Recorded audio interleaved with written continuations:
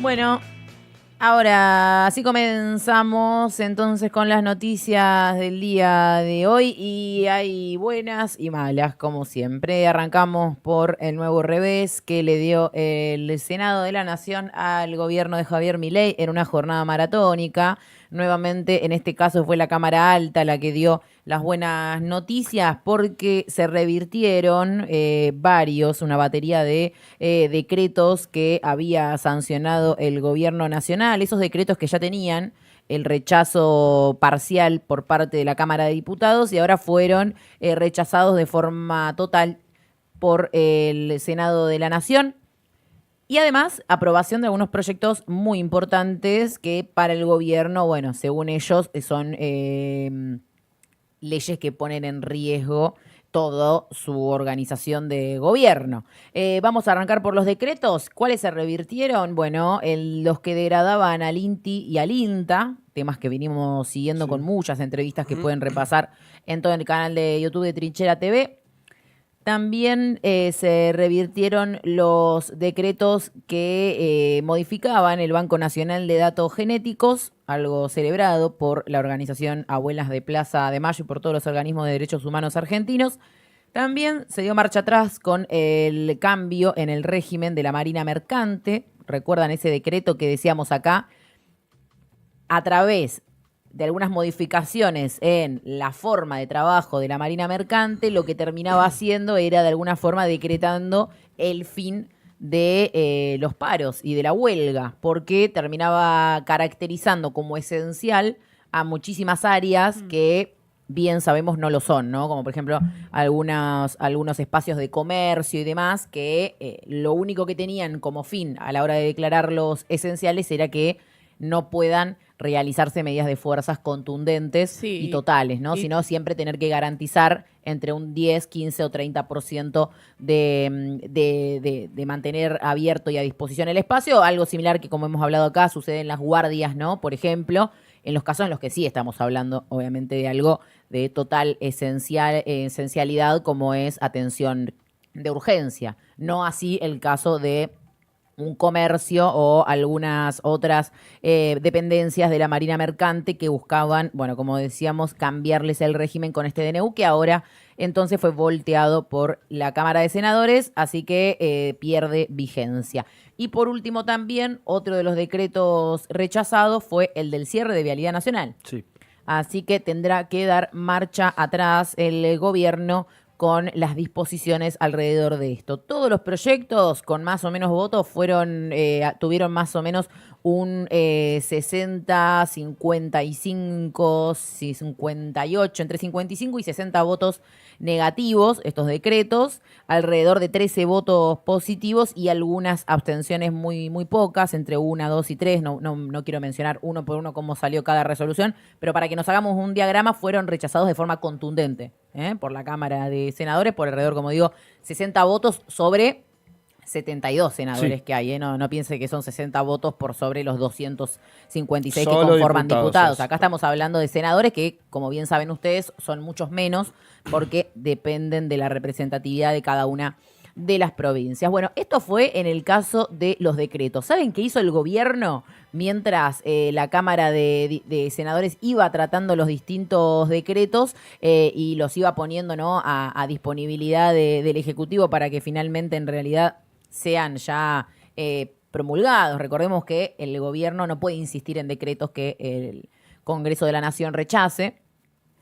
Bueno, según la diputada Guadalupe Tagliaferri, mientras esto sucedía, mientras iban votando decreto a decreto, el gobierno pasó a disponibilidad a más de 300 trabajadores de algunos de esos organismos, previo a que entren en vigencia estos rechazos al decreto. Lo vamos a escuchar. La vamos a escuchar a la senadora, Tagliaferri, que no por afinidad con su trayectoria política, pero sí que tuvo este comentario de una información que era algo que estaba trascendiendo, ¿no?, y que estaban denunciando los trabajadores de estos organismos, como decíamos, INTA, INTI, Banco Nacional de Datos Genéticos, Vialidad Nacional, Marina Mercante, ámbitos que ya vienen sufriendo muchísimos despidos, muchos de ellos trabajando con una dificultad muy grande a causa de no solo el bajo presupuesto, sino de que han despedido a muchísimos de los trabajadores elementales para seguir con la labor. Pero ayer el gobierno, mientras tenía este breve lapso entre que entraba en vigencia estos rechazos, aprovechaba para seguir con su política de crueldad. Acabo de recibir una información. A las 18:05, este Congreso del Senado le rechazó el veto, el 462/25 de facultades delegadas respecto a lo que podía hacer en el INTA, el INTI. Bueno, a las 19:28, en esta ventanita entre que este Congreso le informa al Poder Ejecutivo, el Gobierno Nacional despidió 367 trabajadores de estos organismos. Y cuando uno mira las 10 hojas que tiene este GEDO, en su gran mayoría son profesionales. Esto es lo que demuestra, los pinta de cuerpo entero. Este Senado, conjuntamente con diputados, rechazó ese decreto delegado. Le dijo que no lo podía hacer. Y mientras que esperan que la formalidad burocrática llegue a la Casa Rosada, despiden y siguen operando con un decreto que este Congreso les dijo que no es válido. Bien, ahí como la escuchábamos a Tagliaferri, mientras el Congreso, la Cámara de Senadores, le pasaba la información al Ejecutivo para que esto entre en vigencia, aprovechaba el gobierno para seguir con los ajustes y con los despidos, como conocemos que suele hacer. ¿Por qué decíamos que esto por parte del rechazo a decretos? Porque después tenemos otras buenas noticias que nos ha dado el Senado. ¿Quién lo hubiera esperado, no? Porque convirtió en ley también el financiamiento universitario y también el proyecto que declara la emergencia en pediatría, enfocado obviamente en garantizar de recursos al Garrahan y a otros hospitales nacionales desfinanciados por el gobierno nacional. Así que realmente el gobierno está teniendo duros reveses por parte del Congreso. En la jornada de ayer, hasta la madrugada, fue del Senado de la Nación, aunque obviamente no perdió las mañas y aprovechó para reprimir en las afueras del Congreso, donde una gran movilización se dispuso, no tan gran, podemos decir, como lo que fue la del miércoles, pero sí que allí hubo trabajadores, más que nada los sectores que iban a estar beneficiados por los proyectos de ley que se trataban en el día de ayer. Acá estamos viendo a trabajadores del transporte que se manifestaron de forma organizada en las puertas del Congreso para reclamar que el Congreso apruebe los proyectos presentados, que rechace los decretos delegados, y la prefectura naval reprimió la prefectura, no naval, no sé por qué escribí naval, lo escribí yo, porque estaba pensando en otra cosa. La prefectura reprimió de esta forma, como estamos viendo ahí en los videos de ACVI, la Asociación contra la Violencia Institucional, que como siempre que hay movilización, estuvo allí. Obviamente no fue una represión, cacería, como venimos acostumbrados miércoles a miércoles, Un enfrentamiento con una columna principal de un sindicato, ahora no recuerdo exactamente cuál era. Los del transporte. Pero avanzó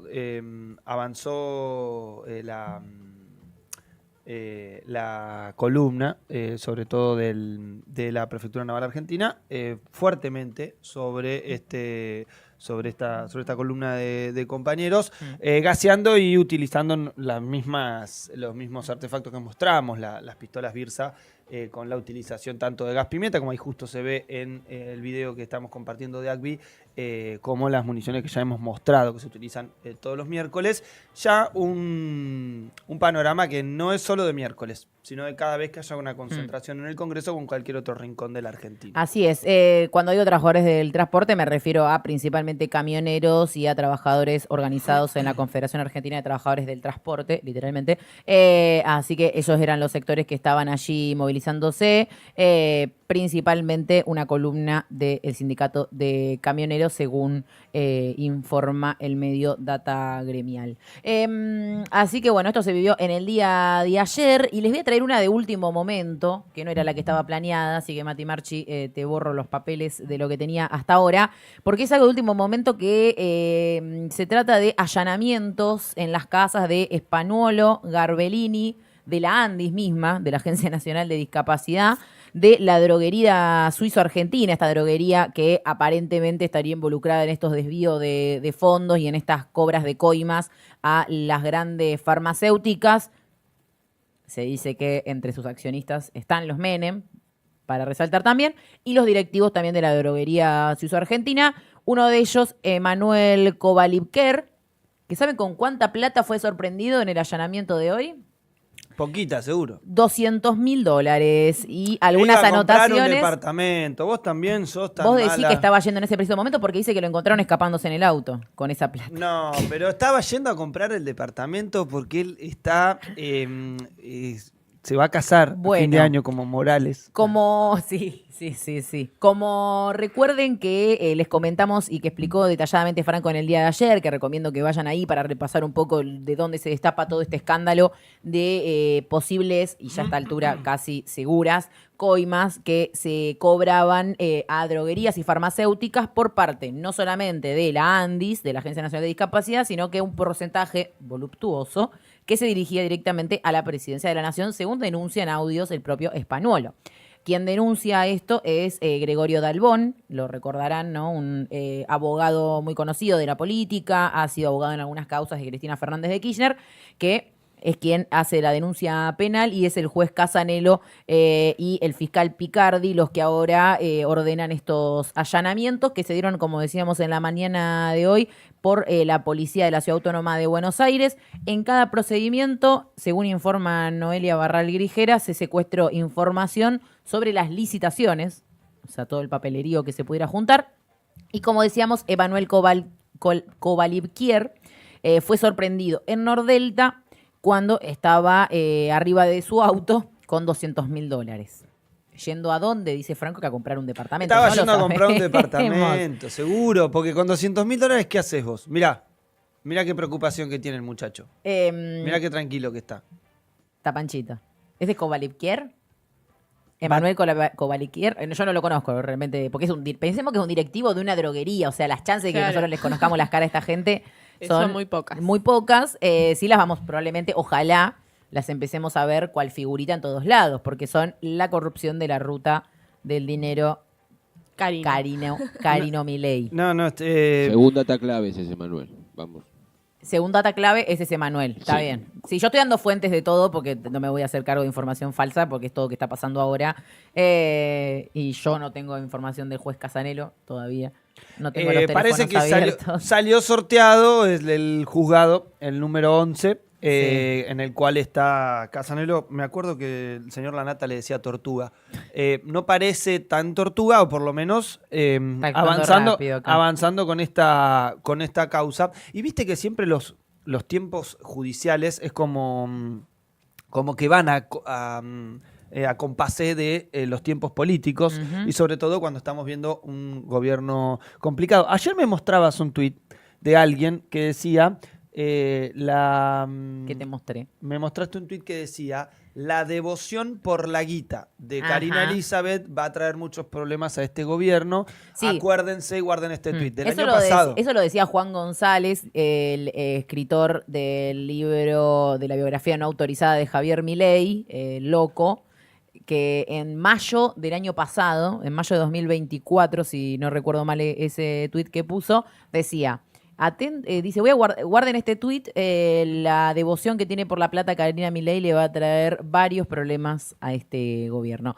Y aparentemente no se equivocaba el autor de El Loco, porque es un poco lo que estamos viendo, ¿no? Como decíamos, con las manos en la masa, literalmente el hijo de uno de los dueños de la droguería suizo-argentina escapándose arriba de un auto con sobres llenos de dólares y varios papeles que darían cuenta de cómo se daban estas triangulaciones pidiendo coimas a farmacéuticas y droguerías, y luego quedándose esos porcentajes. Estaban hablando, según Españuelo en sus propios audios, alrededor de un 8% que le pedían a estas empresas para quedarse en la compra, digamos, y no sea ingreso que le entra al Estado argentino. Por lo menos un 3% que se quedaba presidencia.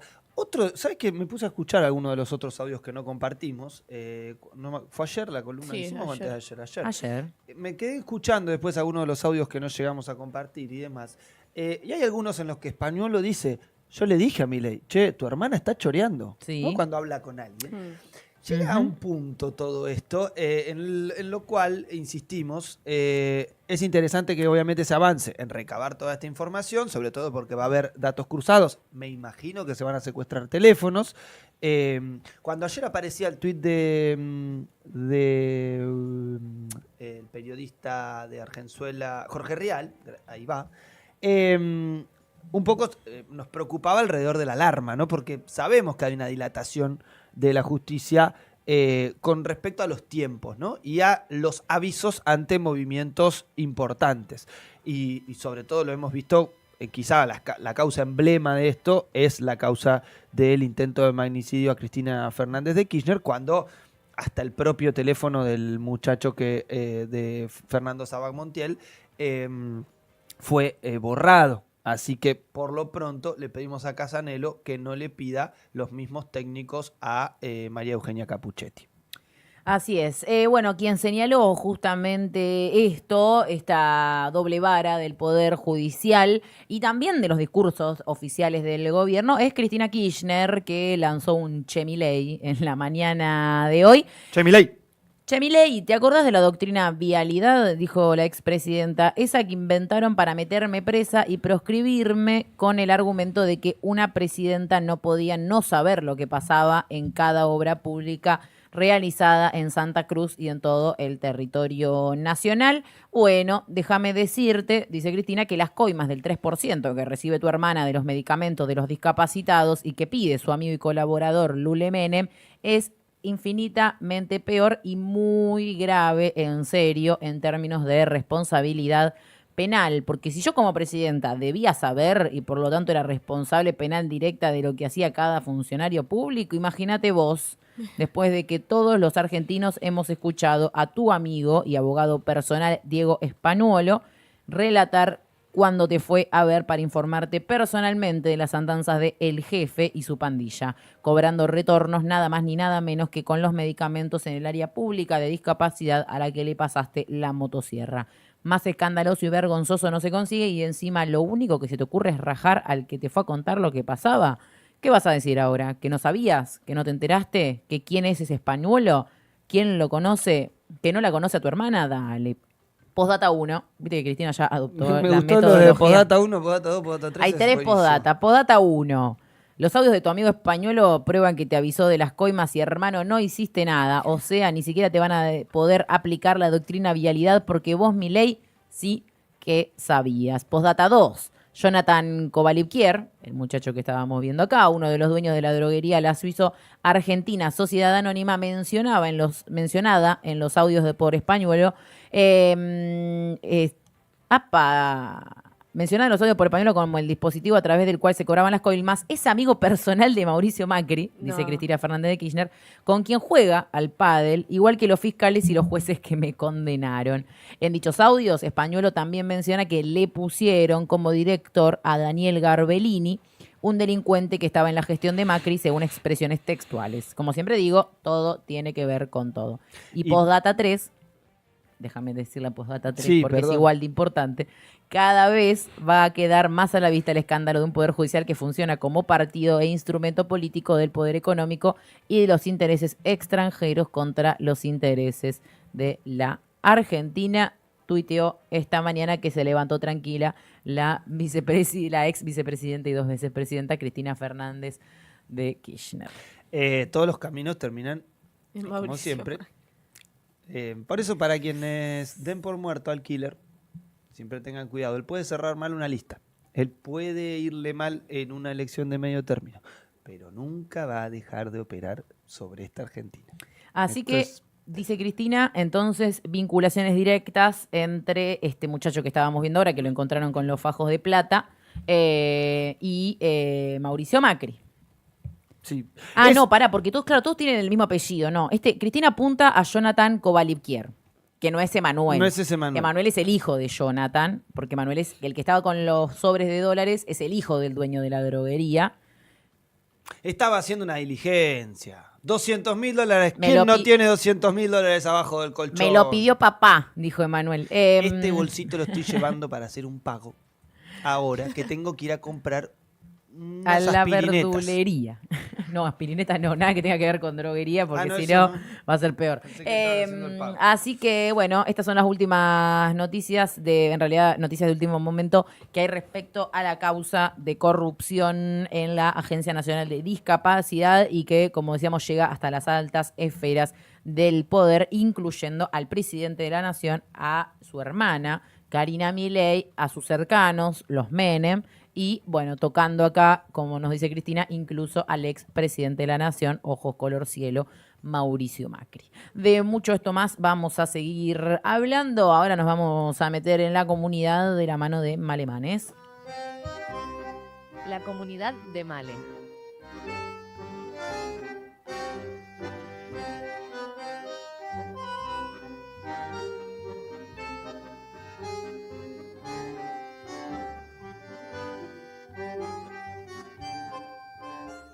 Nos metemos en la comunidad porque lo que está pasando es muy grave por el caminito que viene haciendo el gobierno nacional para liberar la aportación de armas, ¿no? El gobierno busca avanzar con la venta libre de armas, con el decreto 445-2025. Hubo un retroceso enorme, ya que se reemplaza a la ANMAC por la antigua RENAR, desmantelando años de trabajo y lucha que avanzó con políticas y control de prevención de la violencia con armas. Ayer hubo una campaña de... perdón que se me cerró Hubo una campaña ayer de la ciudadanía en contra de esto y... esperen un segundo, se me cerró todo. Estamos hablando entonces de cambio en la legislación y en los organismos con, digamos, la disposición de controlar el uso de armas de uso habitual, digamos, poblacional. Las armas de fuego. Que anteriormente habíamos hablado de los, ¿cómo se llama? Los fusiles. Sí, fusiles de asalto. De asalto que también desregularon liberaron, la compra y encima antes se podía comprar, creo que recién a los 21 años y bajaron la edad a los 18 y todo esto con la excusa de que el que hereda un arma después se le complica para el tramiterío, entonces agilizan los trámites básicamente. Ese es el otro punto también grave, porque más allá de esto de la baja de edad, después hay un mecanismo que habla de la irregularidad en no solo la tenencia, sino obviamente en la aportación, que son dos cosas distintas, ¿no? Uno puede portar un arma, que sería llevarla encima en el auto, como la policía, por ejemplo. Como la policía, y hay algunos ciudadanos que tienen los en su hogar, reglamento para portar. No, incluso ciudadanos también, para poder llevar. Ahora, es distinto a tenerla en su casa. Tenencia. Estos son los trámites que un poco se agilizan. Sí, con estos decretos. Y también esto, ¿no? Reemplazar ANMAC por la antigua RENAR es volver para atrás, porque RENAR ya existió y lo que se hizo con ANMAC es controlar más estos trámites, ¿no? Para que no sea tan fácil que cualquiera pueda acceder a un arma, sino que pasar por previos exámenes y demás. Y después considerar si esa persona está apta para portar un arma o no. Bueno, tenemos unos videitos de Bullrich y de Milei, ¿no? Con la campaña que hacían para esto, antes del gobierno. Yo tengo una posición tomada que las personas, digamos, tendrían que tener libre portación. ¿Todas? Eso es un tema de las personas. El que quiere estar armado, que anda armado. El que no quiere estar armado, que no anda armado. La Argentina es un país libre. Yo estoy a favor de la libre portación de armas, definitivamente. Las noticias de todas de todo este caminito, ¿no? Que vienen haciendo para liberar finalmente la aportación de armas de todos los ciudadanos. Bueno, ayer hubo una campaña, como les mencionaba, en contra de las reformas que viene haciendo Javier Milei para esta liberación.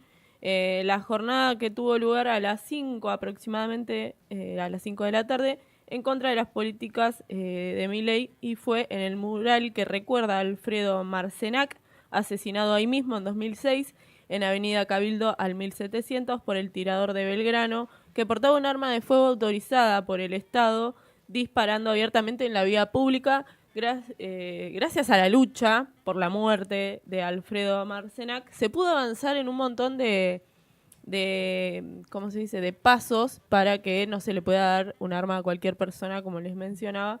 Y bueno, esa lucha ahora está retrocediendo. No retrocediendo en la lucha, sino en los derechos del Estado, ¿no? Que el Estado quita estas pautas que tenés que cumplir para poder portar un arma, ¿no? Bueno, hace unos meses nos enterábamos de esto mismo, que ya lo mencioné, de la facilidad del camino para portar fusiles semiautomáticos y teniendo al alcance trámites express. Bueno, en comunicación con Víctor Hugo Morales en AM750, Aldana Romano, integrante de la Junta Directiva del Instituto de Estudios Comparados de Ciencias Penales y Sociales e integrante de la Red Argentina para el Desarme, decía lo siguiente. Estamos en un momento bastante preocupante, para ser honestos y honestas, porque el gobierno nacional viene de a poquito, casi que en una pelea a cuentagotas, ¿no? Tomando medidas que nos están llevando a una única dirección, que es cumplir la promesa electoral de nuestro actual presidente de avanzar hacia la libre portación de armas de fuego en nuestro país. Eliminaron funciones neurálgicas de la Agencia Nacional de Materiales Controlados, de nuevo en esta cruzada que tienen por lograr llevarnos hacia una sociedad con libre portación de armas de fuego. Muy preocupados y muy preocupadas. Bien, ella, que es integrante de la Red de Argentina para el Desarme, es una de las que impulsó la campaña de la ciudadanía, ¿no? Con esta Red de Argentina para el Desarme. Así que, vamos a ver qué pasa, qué sigue pasando, cómo sigue la situación, porque obviamente es algo que preocupa y preocupa muchísimo, porque nos quieren llevar a ser como Estados Unidos, pero en el peor de los sentidos, ¿no? En que, ya sabemos lo que pasa en Estados Unidos, pero para el que no lo sabe, se matan, pueden comprar un arma en el supermercado y muere muchísima gente por eso mismo, por las armas, por la venta libre de armas. No, y que además, bajo también esta narrativa del gobierno de que cualquier quita de papeleo, cualquier reducción burocrática es necesariamente, digamos, una conquista, y es mejor, ¿no? Con esto de, claro, para tu libertad individual. Y muchas veces esas desregulaciones permanentes lo que terminan generando son otros problemas, así como lo hablamos con el caso de la seguridad vial, con las rutas, con los camiones bitrenes y con todo esto. Bueno, en el caso de las armas es lo mismo. Quitar, más allá de que quizás sí puede haber trámites que estaban mal, pero digamos, eliminar cualquier tipo de tramiterío no siempre es una garantía de libertad, si eso por el contrario termina generando un problema más grave, como es, por ejemplo, la libre portación de armas o el acceso más irrestricto a las mismas de personas que no están. Más allá de que nosotros podamos tener una política directamente de que haya una política de desarme total, de que no promovemos que la gente ande armada en la calle, incluso en los casos donde la gente lo puede hacer, que tenga una cantidad de requisitos y una cantidad de estudios psicológicos, psiquiátricos, así como para entrar a un laburo te hacen un psicotécnico, mínimo que para tener un arma tengas que pasar, ¿no? Por algunos de estos mismos procedimientos, porque estamos hablando de un arma letal. Sí, y así mismo es muy peligroso, por más de que vos seas un portador legal de un arma, si la tenés en un hogar donde hay niños y demás, siempre corre peligro las personas, ¿no? Ni hablar de los femicidios y demás que en gran medida se terminan dando por armas de fuego legales o suicidios. En hogares. Y eso también a quién beneficia, ¿no? ¿Quiénes venden las armas? Eso tampoco lo sabemos, seguramente que son amigos de Patricia Bullrich. Revolucionar este gobierno ayuda a las droguerías y a las farmacéuticas, a la venta de armas, casi como, y le falta la... Quiere privatizar la educación. Los 3 negocios más importantes del mundo. No, te faltó la trata de personas. También. Es verdad. Te faltó que esa porque todavía no la pueden hacer de forma legal. Esperen a que tumben un par de regulaciones y vamos a ver cómo también... El muchacho que tenía el partido de ellos, que está preso ahora, los diputados misioneros. Ese es el de... que no es de Misiones, es de... Yo estaba hablando de Quisca y compañía.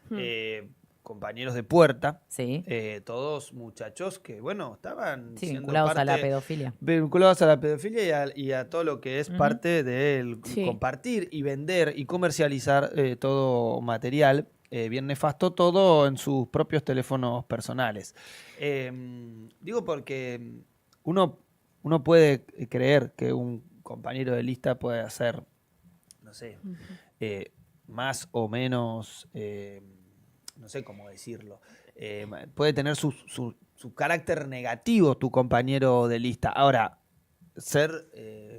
tener material de pedofilia en tu celular es muy grave.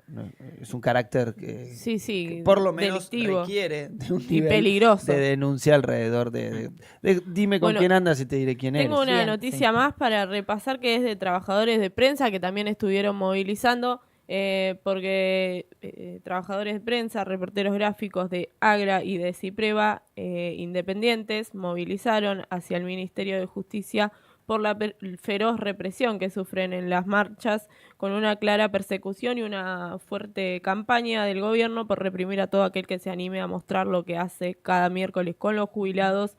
Con la consigna no hay democracia sin libertad de expresión y realizando una marcha silenciosa frente al ministerio que comanda Patricia Bullrich, informar es un derecho y en cada represión y cada acto de violencia de la policía contra los periodistas, el gobierno atenta contra ese derecho a la información y a la libertad de expresión. En un comunicado se expresaron de la siguiente manera: la represión, la violencia y el ataque sistemático y constante a fotoperiodistas, camarógrafos y prensa en general son parte de una decisión política de un gobierno que ve en la libertad de prensa una amenaza, un ataque que no cesa, decían desde los sindicatos. Y bueno, están movilizando, no tanto en contra de la libre venta de armas y también por esto mismo que es la violencia que ejercen hacia los trabajadores de prensa. Así es. Bueno, un montón de noticias en el día de hoy. Nos quedan algunas más. 3 minutos para las 10 de la mañana. Seguimos. No sabía desde dónde verlo y lo vi desde el lente de Franco.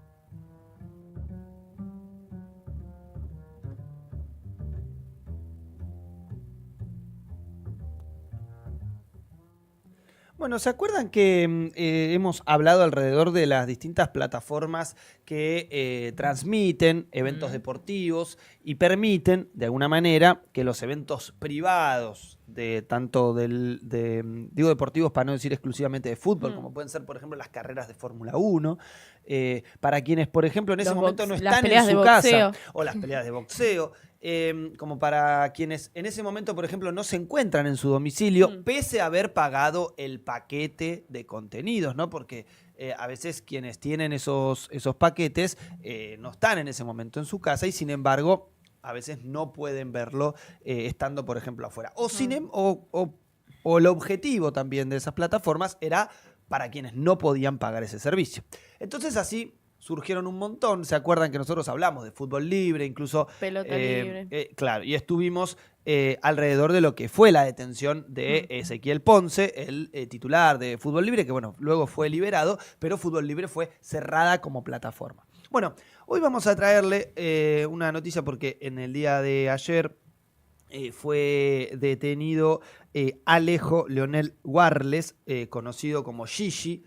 Gigi, que es quien vemos en pantalla, detenido por la DDI de San Isidro y por la Policía Federal Argentina. Fue detenido en Paraná, Entre Ríos. Gigi era el administrador de Al Ángulo TV. Con lo cual, Gigi es un héroe para nosotros y no un delincuente. De ninguna manera, una persona que... Gigi tiene cara de igual... libertario. Tiene cara de libertario. No sé, no, yo pensé que tiene cara de que no me derrotarán moralmente con esta detención. Seguirá viendo las páginas piratas que sea necesario para que la gente pueda ver fútbol. Acá es el punto. Por más que se detenga Gigi, por más que Ezequiel Ponce haya sido detenido... ¿Cerraron Al Ángulo TV? Sí, Al Ángulo TV no está funcionando. Si querés podés probar ahora en tu buscador. Claramente se dio de baja los distintos servidores que utilizaba. Recordemos lo que hace, o el formato de las páginas estas, es emular en espejo los canales deportivos, con lo cual Gigi particularmente y Al Ángulo TV venía teniendo incluso contactos personales del propio Tebas, que es el presidente de la Liga Española, ¿sí? Para que tomemos la dimensión. Es como si Claudio el Chiqui Tapia le escribe un mensaje directo por una red social a un muchacho que en otro país está emulando la Liga Argentina, ¿no? Esto para que nos demos un... Y vamos a escuchar en el fragmento, en este programa de streaming en el que estuvo Gigi siendo entrevistado, y un poco contaba esta anécdota con el presidente de la Liga Española, el señor Tebas, que obviamente, ¿qué es lo que buscaba? Que baje el portal de Al Ángulo TV y que deje de pasar los partidos de la Liga Española. Vamos a escuchar entonces este fragmento de este programa de streaming en el que estuvo Gigi. Gigi, consultarte respecto a esta retransmisión. Vos tenés los packs, ya sea el pack fútbol, el de la Liga Española, el de la NBA, porque retransmitís varios eventos, no solamente el fútbol local, y de ahí lo replicás, o cómo es que se da para que vos, o de dónde lo sacás y demás, si es que se puede contar, si no te estoy quemando, sí. Para después pasarlo en la página. Eso es medio jodido, pero está dentro de la zona gris que a mí me zafa, digamos, en la legalidad. Al Ángulo TV no transmite ni retransmite ni modifica ningún contenido, sino que obtiene eso de proveedores online públicos que están en la red. Eso es, eso está disponible para todo el público. Yo lo que hago es los junto en una misma página y los pongo ahí, los ordeno, pongo la agenda para mejor acceso, digamos, pero eso no, yo no choreo señales ni nada de eso, digamos. Cuando las empresas se quieren meter conmigo, yo lo que siempre les respondo son todos los links de estos proveedores para que vayan ahí, y no lo hacen porque les tienen miedo, porque son gente muy picante. Están hace años en internet, son los que usan Fútbol Libre hace como 10 años y siguen vivos, digamos. A eso no lo persiguen, los persiguen a panchos o perejiles, como me gusta decir a mí, que sería yo, Fútbol Libre, etcétera, etcétera. ¿Pero te asesoraste legalmente? ¿Fuiste un abogado? ¿Fuiste Sí. Tengo 2 o 3 opiniones de abogados distintos. Bien. Bueno, Gigi, esperemos que tus abogados Gigi, ayuden, obviamente... Pensé que iba a decir, tengo un equipo de abogados, y de golpe dijo, charlé con 2 o 3 y No, es que vamos a poner esto en contexto. Mandémosle un abogado de los nuestros. Tengo un primo que estudia ahí, está en tercer fue año. medio flojo la defensa. No, pero Gigi. vamos a ser bastante sinceros y concretos con esto. Es un pibe que tiene 23 años. Sí. Vamos a mostrar algunas de las imágenes que tenemos. Puede ir preso. No, me refiero a la profesionalización, porque decimos, che, podés tener un equipo de abogados. Y no digo que realmente... pueda tener, digo que él dijo, como me he asesorado, claro, pero después... Porque, dijo, bueno, que porque si es legal también se puede asesorar, ¿no? Si lo que él hace, él está diciendo que no está modificando nada, que está sacándolo de un link que se supone que es libre. Sí, pero las empresas después se van a meter con los perejiles, como él mismo dijo. Exactamente, Digamos, es no importa lo que si... sucedió en Paraná, Entre Ríos, Claro. con este operativo que vemos en la casa. Y acá lo que vemos es un pibe humilde que produce este contenido y, como bien él decía, ordena la agenda deportiva. Y acá vemos cómo vive, porque un poco lo que se muestra es su casa, ¿sí? No estamos viendo una detención en Nordelta con $200.000 en una valija, ¿sí? Digo, para que podamos diferenciar y sobre todo ponderar alrededor de lo que se describe en este caso como delincuencia o ilegalidad o lo que fuese. En este caso, entonces, el juez Esteban Eduardo Rossignoli, juez de garantías número 4 de San Isidro, es quien